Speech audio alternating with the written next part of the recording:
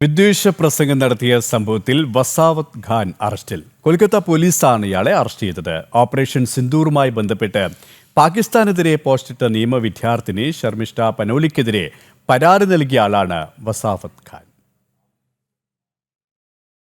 ജനങ്ങൾക്കിടയിൽ വിദ്വേഷം പരത്തിയതിനും മതവികാരം വ്രണപ്പെടുത്തിയതിനുമാണ് കൊൽക്കത്ത പോലീസ് വസാഹത് ഖാനെ അറസ്റ്റ് ചെയ്തത്.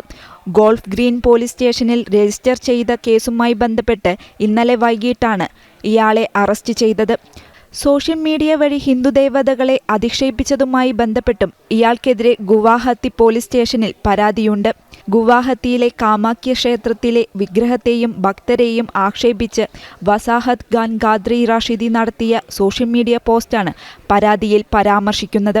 വിദ്വേഷ പ്രസംഗം നടത്തിയ സംഭവത്തിൽ നേരത്തെ ഡൽഹിയിലെ 2 അഭിഭാഷകരും വസാഹത് ഖാനെതിരെ പരാതി നൽകിയിരുന്നു. ജൂൺ 1 മുതൽ ഒളിവിലായിരുന്ന ഖാനെ പോലീസ് അന്വേഷിച്ചു വരികയായിരുന്നു. ഇതിനിടയിലാണ് ഇയാൾ പിടിയിലായത്. ന്യൂസ് ഡെസ്ക് ജനം.